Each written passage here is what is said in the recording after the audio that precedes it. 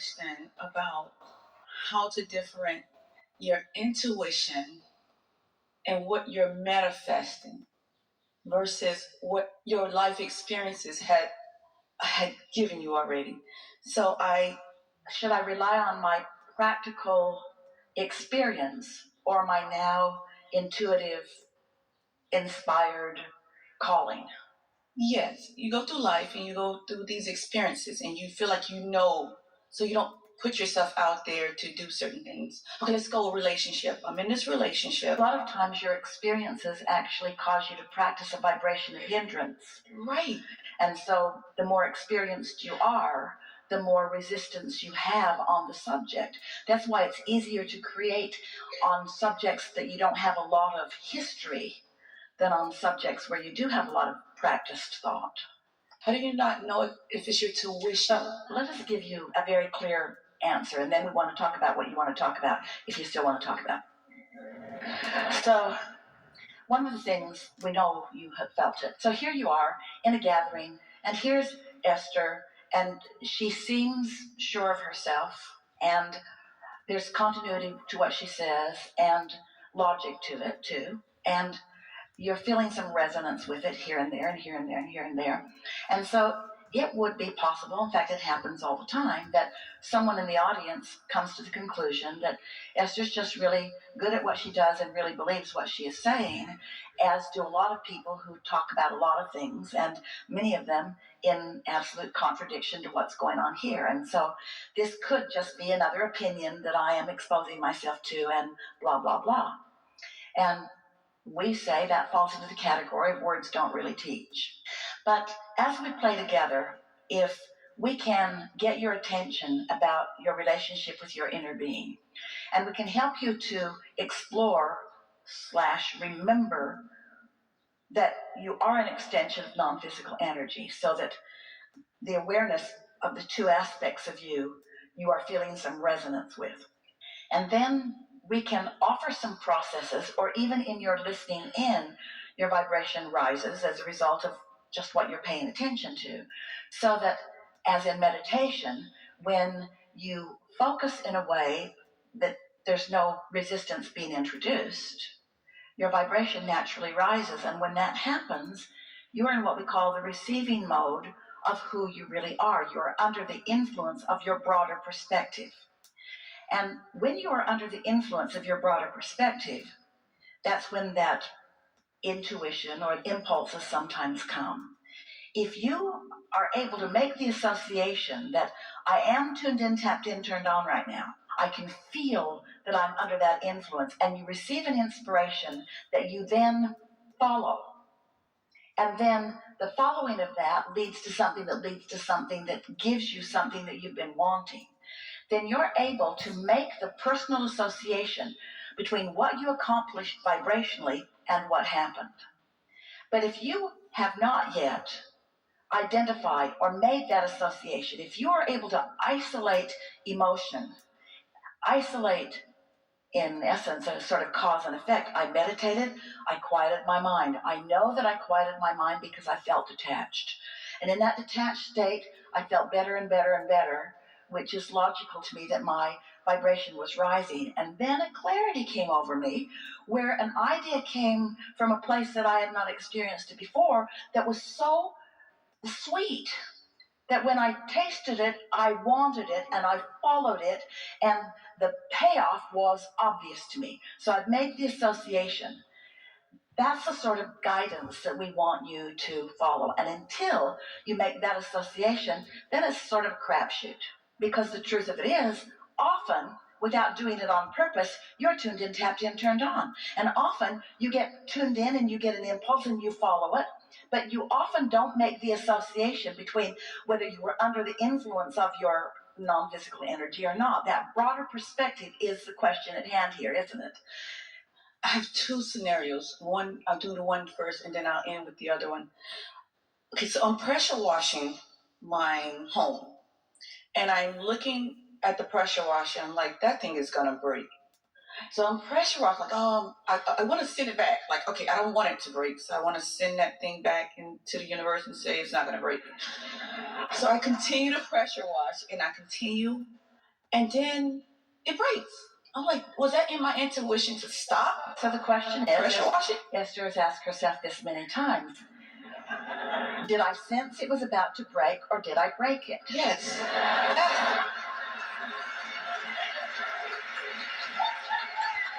But once again, the answer is the same. It doesn't matter.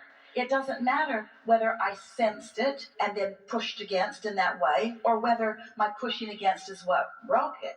The important thing is, what do I do now? Now what? Because once that's happened, now what? Now what? And so Esther, and you too, can read vibration. In the monster bus one day, Esther heard the refrigerator. She worked at a kitchen table very near to the refrigerator in this 45-foot bus. And she was accustomed to being there close to it. And one day she said to Jerry, something's wrong with the refrigerator. And Jerry said, what do you mean? She said, it sounds different. And Jerry said, what do you mean? And she said, I can hear a difference in its frequency somehow. And Jerry said, what do you mean? And Esther said, I don't know. It just sounds different. Well, 2 days later, the compressor went out on the refrigerator. And Jerry said, boy, you were able to hear that. And Esther said, I don't know if I heard it or if I sensed it, because she couldn't describe what she was hearing, or if I sensed it.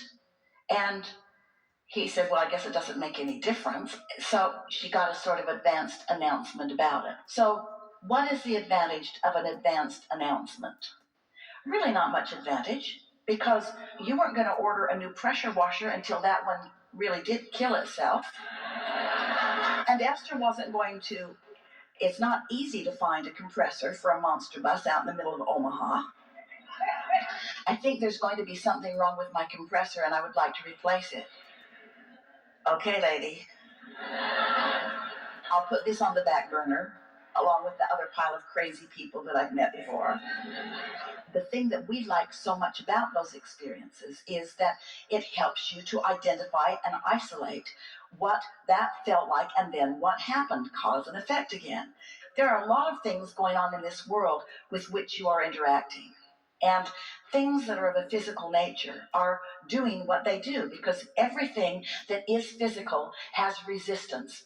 If there were not resistance, you couldn't even harness electricity. The thing that makes you able to use your electricity is that you are able to put some resistance on it so that you can utilize it and measure how much of it you are letting through, yes? And so resistance is part of the balance of physicality. It's a good thing, it's not a bad thing. So understanding that there is resistance in all things, and then learning from your own ability to decipher it, what it means, and then noting the relationship, that's really what we're teaching here.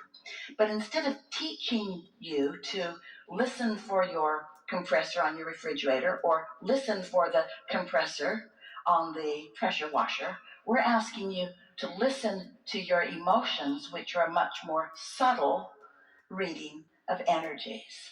And if you are always releasing your own resistance whenever you feel it, the pressure washer in you will never blow up if you're tending to it on a sort of moment by moment basis. What happens with humans, that's you all, is that you do want justification, meaning evidence that others can see, to justify things that you are doing. And that holds you way, way, way, way, way, way back. It slows you way down. If you could just acknowledge that I feel things out ahead of time that most don't feel. And in the same way that I feel it with things like that, I can feel it with emotions too, which means I can do something about maintaining my balance before it gets to the point that the balance cannot be maintained. Yes? Yes. Leading me to my last question. That was great. So I meet my new friend in the parking lot who's been studying you for years.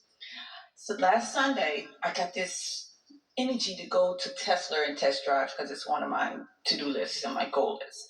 And I'm like, I'm just going to go and I'm going to test drive. So I go there and I meet the manager, who's a super guy. And he's talking. He was like, what brings you here? I said, oh, my energy just told me to come. And So I get there, and he's like, "Oh, good," because I believe in energy, and I'm back and forth. We had a nice conversation. I was like, "Oh, have you ever heard of Abraham Hicks?" He was like, "No, I've never heard of her." And I was like, "Oh, well, let me tell you about her and YouTube her." So by the time I did my test drive and came back, he was like, "Oh my gosh, she's awesome." He was like all over it. I swear that's the reason why I'm sitting in this chair right now, because I introduced him. I followed my energy, introduced him to the teaching, and it manifests back to me sitting here. That's possible. Well, the reason that you're sitting here is because you have strong desires and you're in a very good proximity of those desires manifesting. You are in this invincible place where you can be or do or have anything that you choose. And so, what we want you to hear is that it is only the limits that you place. What you choose can be as big as you can believe it to be. But this is what we mean by identifying and isolating emotions and then noticing the results of them. So you're doing exactly what we're talking about doing. You're not just sitting somewhere in the audience and watching someone who seems to have a strong conviction and then walking around and trying to mimic some of the things that you've heard.